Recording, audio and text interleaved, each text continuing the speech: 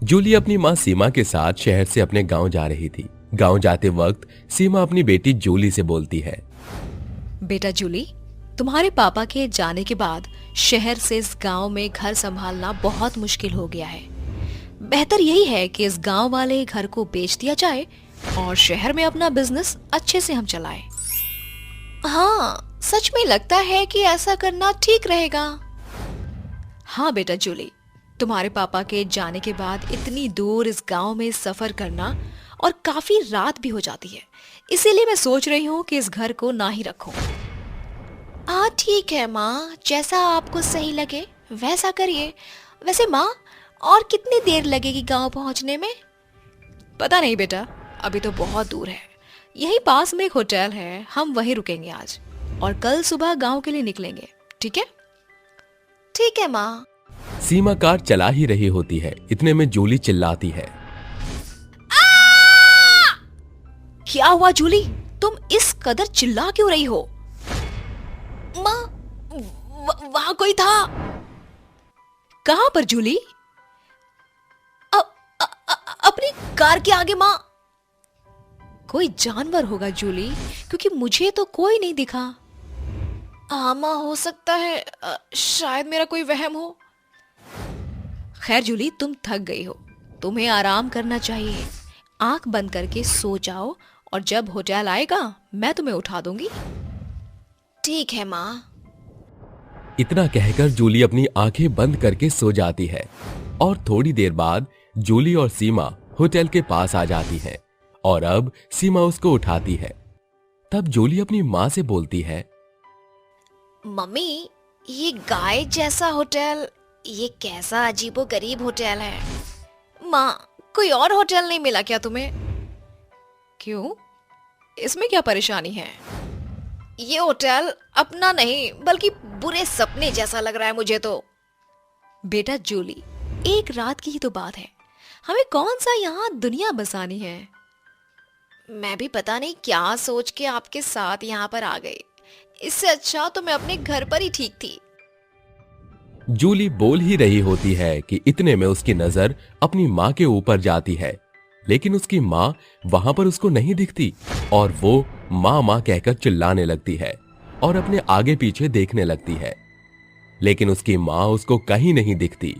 जैसे ही वो अपने पीछे मुड़ती है वैसे ही उसको एक भयानक चेहरा दिखाई देता है जो एक चुड़ैल का था और जूली डर जाती है।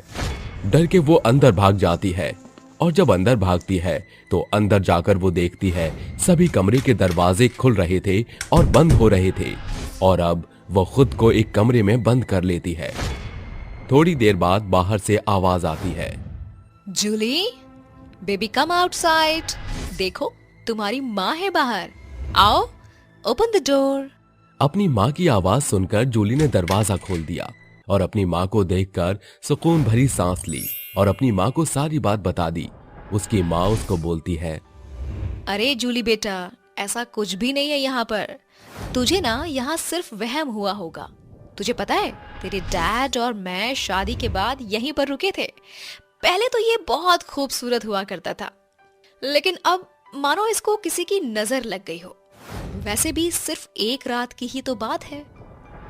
मेरी जूली मेरे लिए इतना तो कर सकती है ना? रह सकती हो ना यहाँ पर एक रात? हाँ माँ, आप जैसा कहें। दोनों आपस में बात कर ही रहे होते हैं कि इतने में पीछे से एक औरत लालटेन लेकर बोलती है, सुनिए। दोनों डरते हुए पीछे देखते हैं। तब उन्हें एक औरत हाथ में लालटेन लिए दिखाई देती है। आप कौन है? माफ कीजिएगा, मैंने आपको डरा तो नहीं दिया ना? मैं विद्या हूँ, यहाँ की देखभाल करती हूँ। अगर आपको कोई भी दिक्कत या परेशानी हो तो आप सीधा मुझसे बोलना। मुझे आप कभी भी आवाज लगा सकते हैं, मैं तुरंत आपके सामने आ जाऊंगी। जी, आपका धन्यवाद। हमें कोई जरूरत होगी तो हम आपको जरूर बताएंगे। इतना कहकर विद्या वहां से चली जाती है और वहीं सीमा और जूली अपने कमरे में जाकर सो जाते हैं। आधी रात को जूली की आंखें खुलती हैं और वो देखती है कि उसकी माँ हवा में उड़ रही है और जोर जोर से चिल्ला चिल्लाकर हंस रही है। ये सब देखकर जूली बहुत डर जाती है और जोर जोर से चिल्लाने लगती है। बचाओ बचाओ, प्लीज हेल्प मी, कोई है यहाँ, मदद करो मेरी माँ, ये आपको क्या हो गया है? आप ऐसे हवा में कैसे उड़ रही हो? उसकी माँ के बाल खुले हुए और हवा में लहरा रहे थे और वो तेज तेज हंस रही थी और उससे बोल रही थी, मैं तेरी कोई माँ नहीं हूँ, मैं यहाँ पर मामूली लड़कियों को लेकर आती हूँ और उनका खून पी जाती हूँ। आज तू मुझसे नहीं बचेगी और मैं तेरी कोई माँ नहीं हूँ। ये तुम क्या बोल रही हो? और अगर तुम मेरी माँ नहीं हो तो फिर तुम कौन हो? बताओ मुझे, मैं जानना चाहती हूँ। आखिर तुम मेरे पीछे क्यों पड़ी हो? क्यों मेरी जान लेना चाहती हो तुम? मैं तुम्हें बताती हूँ, आखिरकार तुम मरने वाली हो और तुम्हारी आखिरी इच्छा पूरी करना मेरा फर्ज है। सीमा अपनी गाय के साथ आधी रात को इस जंगल के रास्ते जा रही थी कि तभी सीमा के पीछे कुछ गुंडे लग गए और उस जंगल में सीमा को चारों तरफ से घेर लिया। सीमा अपनी जान बचाने के लिए इधर से उधर भाग रही थी और उनसे कहती है, मुझे जाने दो, मेरी गाय के पेट में बच्चा है, मुझे और मेरी गाय को छोड़ दो। हम दोनों ने आखिर तुम लोगों का क्या किया है जो तुम हम दोनों के पीछे हाथ धोकर पड़े हुए हो? ऐसे कैसे जाने दें, हमारे हाथ तो रसमलाई लगी है, अब उस रसमलाई को बिना चखे हम कैसे जाने दे सकते हैं? सीमा को वहां सभी गुंडे छेड़ रहे होते हैं कि वहां से कुछ लड़कियां गुजर रही होती हैं, लेकिन उसको इस हालत में देखकर उन लड़कियों ने उसकी मदद नहीं की और वहां से चली गई। सीमा हर किसी से मदद मांगती रही, लेकिन वहां से आने जाने वाली हर औरत और आदमी उसको देखकर चले गए, लेकिन उसकी किसी ने भी मदद नहीं की। सीमा को बचाने के लिए उसकी गाय ने उन गुंडों को मारा, लेकिन वो प्रेग्नेंट थी, इस वजह से वो सीमा को नहीं बचा पाई और सीमा की आंखों के सामने उसकी गाय को जलाकर मार दिया। वहीं उसके साथ दुष्कर्म करने की कोशिश की गई, लेकिन वो सफल नहीं हो सके और सीमा ने अपनी जान गंवा दी। तब सीमा की आत्मा निकलकर अपनी गाय के अंदर आ गई और तब से सीमा ने यहाँ इस गाय के पेट में अपना होटल नाम का एक होटल खोल लिया। मैं सबसे मदद की गुहार लगाती रही, लेकिन मेरी मदद किसी ने नहीं की और इस तरह मैंने अपनी जान गंवा दी और मैंने तब से कसम खा ली कि यहाँ से हर गुजरने वाले इंसान को मैं मार दूंगी। मैं मानती हूँ कि तुम्हारे साथ बहुत गलत हुआ है, लेकिन हर लड़की या हर इंसान वैसा नहीं होता जैसा तुमने सोच लिया है। मैं वैसी नहीं हूँ, मैं तुम्हें इंसाफ दिलाऊंगी, पर तुम ये मौत का खेल बंद करो प्लीज। नहीं, मैं किसी को माफ नहीं करूंगी। और तुम्हें क्या लगता है मैंने अपने कातिल को मारा नहीं? तुम बहुत बड़ी गलतफहमी में हो। मैंने तो उनको कब का मार दिया है, लेकिन मैं हर उस इंसान को मार दूंगी जिसके अंदर इंसानियत नहीं है। सीमा अब जोली को मारने ही वाली होती है कि इतने में पीछे से विद्या आकर उसके ऊपर गंगा जल छिड़क देती है और सीमा दर्द से कराहने लगती है और धीरे धीरे करके वो जलकर मर जाती है। विद्या, तुम्हारा बहुत बहुत धन्यवाद, आज तुमने मेरी जान बचाई है। मैं तुम्हारा शुक्रिया अदा कैसे करूं? पर मुझे एक बात नहीं समझ में आ रही, आखिर मेरी मॉम कहाँ है? जूली, तुम्हारे मम्मी शहर में ही है, अब तुम आराम से अपने घर जाओ। इतना कहकर जोली विद्या को गले से लगा लेती है और जैसे ही वो उस होटल से निकलती है, धीरे धीरे करके वो चुड़ैल का गाय होटल जल के भस्म हो जाता है और जोली शहर अपने घर अपनी माँ के पास चली जाती है और अब अपनी माँ को सब कुछ बताते हुए अपनी आगे की नई जिंदगी की शुरुआत करती है और खुशी से रहती है। मोहनपुर गांव में एक छोटा सा झूला पार्क था ऐसा माना जाता है कि वहां पर भूतों का वास है, इसलिए उस जगह पर शाम 5 बजे के बाद कोई भी नहीं जाता था। उस जगह पर शाम 5 बजे के बाद कोई भी जाता तो वापस जिंदा लौटकर नहीं आता। ऐसे ही एक रात राघव के घर के दरवाजे पर किसी के जोर जोर से खटखटाने की आवाज आ रही थी। इस आवाज से राघव की आंख खुल जाती है, जिसके बाद राघव अपनी पत्नी राधा को उठाता है। अरे राधा, तुमने कोई आवाज सुनी क्या? नहीं नहीं, मैंने तो किसी की भी आवाज नहीं सुनी राघव जी। वो दोनों आपस में बात कर ही रहे होते हैं कि तभी उन दोनों के कानों तक किसी के पायल की आवाज आती है। उस पायल की आवाज सुनकर वो दोनों बहुत डर जाते हैं। उन दोनों के चेहरे पर डर का खौफ साफ साफ नजर आ रहा था। दोनों के माथे पर पसीना था। उस पायल की आवाज के साथ साथ किसी के खूब तेज रोने की आवाज आ रही थी। राधा, तुम्हें किसी के रोने की आवाज आ रही है? हाँ राघव जी, आ तो रही है, पर ये आवाज आ किधर से रही है? ये हमारे घर के सामने वाले झूला पार्क से आवाज आ रही है। रुको, मैं देख कर आता हूँ। इतना कहकर वो अपने घर की खिड़की से झांकता है कि तभी उसको उस पार्क में एक चुड़ैल दिखाई देती है, जिसका बहुत भयानक चेहरा था। वो बैठकर हंस रही थी और खुद से बोल रही थी, ये तो मेरा झूला है, मैं इस झूले पर किसी को बैठने नहीं दूंगी। जो भी झूले पर आएगा मैं उसे जिंदा नहीं छोड़ूंगी। बाप रे बाप, इस पार्क में तो इतनी भयानक चुड़ैल मेरे घर के सामने बैठी हुई है। राघव ये बात बोल ही रहा था कि चुड़ैल उसकी तरफ अपनी भयंकर खूनी आंखों से देखती है और हंसते हुए अचानक वो अपने लंबे हाथ करती है और राघव की गर्दन पकड़कर खिड़की से खींचते हुए उसे पार्क में ले आती है और उसको हवा में लटका देती है। हवा में लटका हुआ राघव चुड़ैल से बोलता है, चुड़ैल मुझे छोड़ दो, मैंने तेरा क्या बिगाड़ा है? तू मुझे क्यों मार रही है? रात के सन्नाटे में तूने मुझे क्यों देखा? तूने मुझे अपनी आंखों से देखा है ना, इसीलिए पहले तेरी आंखें ही निकाल लूंगी मैं। बाप रे बाप, ये तो मुझे इतनी भयानक मौत देगी। मैंने तेरे को इसलिए नहीं देखा कि तू इस झूले पर बैठी हुई है, बल्कि इसलिए देखा कि यहाँ से किसी के रोने की आवाज आ रही थी। अब मैं तुझे तो क्या, मैं तो अपनी बीवी तक को भी नहीं देखूंगा। चुड़ैल मुझे छोड़ दे रे।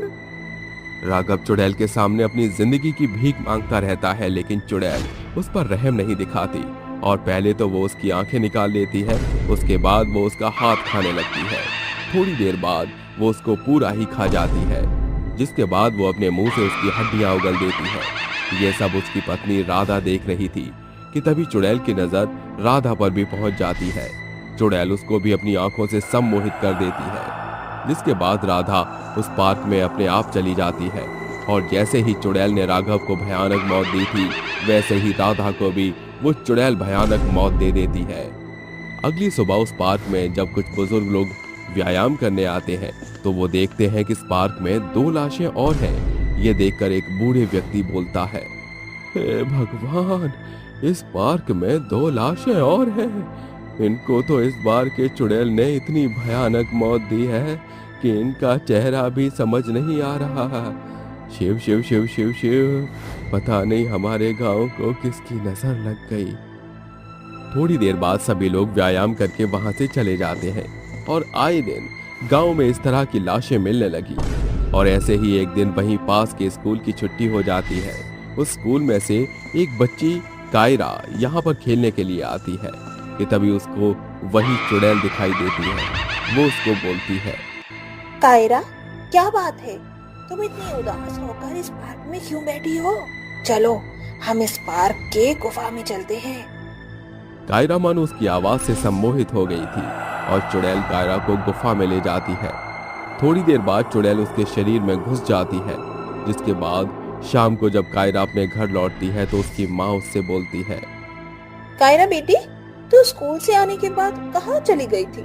मैं तुझे कितना ढूंढ रही थी, लेकिन तू मुझे कहीं पर भी नहीं मिली। बता तो, कहाँ पर थी? मैं जहाँ भी थी जिंदा थी, अभी मरी नहीं हूँ। जिस दिन मरूंगी तो तुम्हारे पास मेरी लाश आ जाएगी। उसका ये बिहेव देखकर मीना को कुछ भी समझ नहीं आ रहा था और वो अपने आप से बोलती है, कायरा को क्या हो गया? आज से पहले तो उसने कभी ऐसे पलटकर जवाब नहीं दिया। मीना कायरा का हाथ पकड़ती है, जिसके बाद कायरा जब पीछे पलट जाती है तो उसकी आंखें बिल्कुल लाल खून के जैसी थीं। ये देखकर मीना बहुत डर जाती है, जिसके बाद मीना का डर चुड़ैल भांप लेती है और हंसते हुए उसको हवा में उड़ाते हुए उस पार्क की गुफा में ले जाती है। वहीं दूसरी तरफ खिड़की से मीना की पड़ोसन उसको देख लेती है। ये सब देखकर उसकी पड़ोसन तुरंत भागते हुए तांत्रिक के पास जाती है और तांत्रिक को लेकर आ जाती है। तांत्रिक ये सब देख लेता है और चुड़ैल के ऊपर भभूत फेंक देता है। वो जैसे ही भभूत कायरा के ऊपर जाता है कि तभी कायरा के शरीर में से चुड़ैल बाहर निकल आती है और कायरा बेहोश होकर नीचे गिर जाती है। चुड़ैल गुस्से से बोलती है, तांत्रिक, तू यहाँ पर मेरे पार्क में किस लिए आया है? तुझे अपनी जान प्यारी नहीं है क्या? तू इन गांव वालों को क्यों परेशान कर रही है? अगर तूने मुझे नहीं बताया तो मैं तुझे सच में भस्म कर दूंगा। मुझे सच सच सब कुछ बता दे। और अगर मैं तुझे कुछ भी ना बताऊं तो तू क्या करेगा? तू मुझे नहीं बताएगी? तू क्या, तेरा पूरा खानदान भी मुझे सारा सच बताएगा। इतना कहकर तांत्रिक चुड़ैल के ऊपर गंगा जल छिड़क देता है, जिसके बाद चुड़ैल तिलमिला उठती है और उससे बोलती है, बताती हूँ। कुछ साल पहले की बात है, मैं इस पार्क में अपने प्यार का इंतजार कर रही थी, लेकिन वो यहाँ पर मेरे लिए नहीं बल्कि किसी और लड़की के साथ आया था। ये देखकर मैंने उससे पूछा, अनुज, मैं तुम्हारा यहाँ पर इतने समय से इंतजार कर रही थी, लेकिन तुम मेरे पास नहीं आए। और अगर तुम यहाँ पर आए भी हो तो किसी दूसरी लड़की के साथ आए हो। मीनाक्षी की बात काटते हुए अनुज के साथ जो लड़की आई थी वो बोलती है, ओ हेलो, मैं कोई दूसरी लड़की नहीं बल्कि अनुज की पत्नी हूँ। और तुम कौन हो? मैं अनुज की गर्लफ्रेंड हूँ। हम दोनों ने शादी का प्लान बनाया हुआ था और आज हम इस पार्क के गुफा के अंदर जाकर शादी करने वाली थी। हाँ, ये क्या बकवास है अनुज, इसके मुंह से मैं ये क्या सुन रही हूँ? तुम इसके साथ शादी करने वाले थे? आखिर मुझ में क्या कमी थी जो तुमने मुझे धोखा दे दिया? अरे नहीं सुमन, मैं इस लड़की से शादी नहीं करने वाला था, बल्कि ये लड़की मेरे पीछे पड़ी हुई थी। मैं तो इसको अच्छे से जानता भी नहीं था। मैं तो एक अनजान व्यक्ति की तरह इसकी मदद कर रहा था, लेकिन इसने तो हद ही कर दी। सुमन, मैं तुम्हारे अलावा किसी और से प्यार नहीं करता। सुमन, मेरा विश्वास करो। ये तुम क्या कह रहे हो अनुज? मैं तुम्हारे पीछे कब पड़ी? हम दोनों तो एक दूसरे से प्यार करते थे ना। आखिर तुमने मेरे साथ इतना बुरा बर्ताव क्यों किया? अगर तुम्हें मेरे साथ शादी ही नहीं करनी थी तो तुमने मुझे इतने बड़े बड़े सपने क्यों दिखाए? तुमने मुझे धोखा क्यों दिया अनुज, क्यों? तुम जैसी औरत मैंने आज तक नहीं देखी जो दूसरों का घर बर्बाद करती है। तुम कहीं डूब कर मर क्यों नहीं जाती? बस मेरे पति को छोड़ दे, तू किसी और पर जाकर ना अपने ये डोरे डाल, लेकिन मेरे पति को छोड़ दे। और अगर तुझे पैसे चाहिए तो मैं तुझे वो भी दे दूंगी, लेकिन तू हमसे दूर रहे। मैं ये सदमा बर्दाश्त नहीं कर सकी और ये सब देखकर मैंने यहाँ पर आत्महत्या कर ली। तब से इस पार्क में मैं भटक रही हूँ। यहाँ पर मैं किसी को भी नहीं छोड़ूंगी। तुझे तेरे प्यार ने धोखा दिया था तो तू इन सबको क्यों मार रही है? छोड़ दे इन सबको, वरना मैं तुझे भस्म कर दूंगा। नहीं, मैं यहाँ पर से नहीं जाऊंगी। तुझे जो करना है कर ले। तुझे क्या लगता है मैंने अपने प्यार को नहीं मारा? मैंने अपने प्यार को कब का मार दिया। उसे तो इस गद्दारी की सजा मिलनी थी और मैंने उसको सजा भी दे दी। तूने अपने प्यार को सजा दे दी ना, तो अब तू इन बेकसूर लोगों को छोड़ दे और इस दुनिया से अपनी दुनिया में वापस लौट जा। तांत्रिक की ये बात सुनने के बाद भी चुड़ैल वहां से नहीं जाती, जिसके बाद तांत्रिक को चुड़ैल के ऊपर बहुत गुस्सा आता है और तांत्रिक चुड़ैल के गले में रुद्राक्ष की माला डाल देता है, जिसके बाद चुड़ैल जलकर मर जाती है।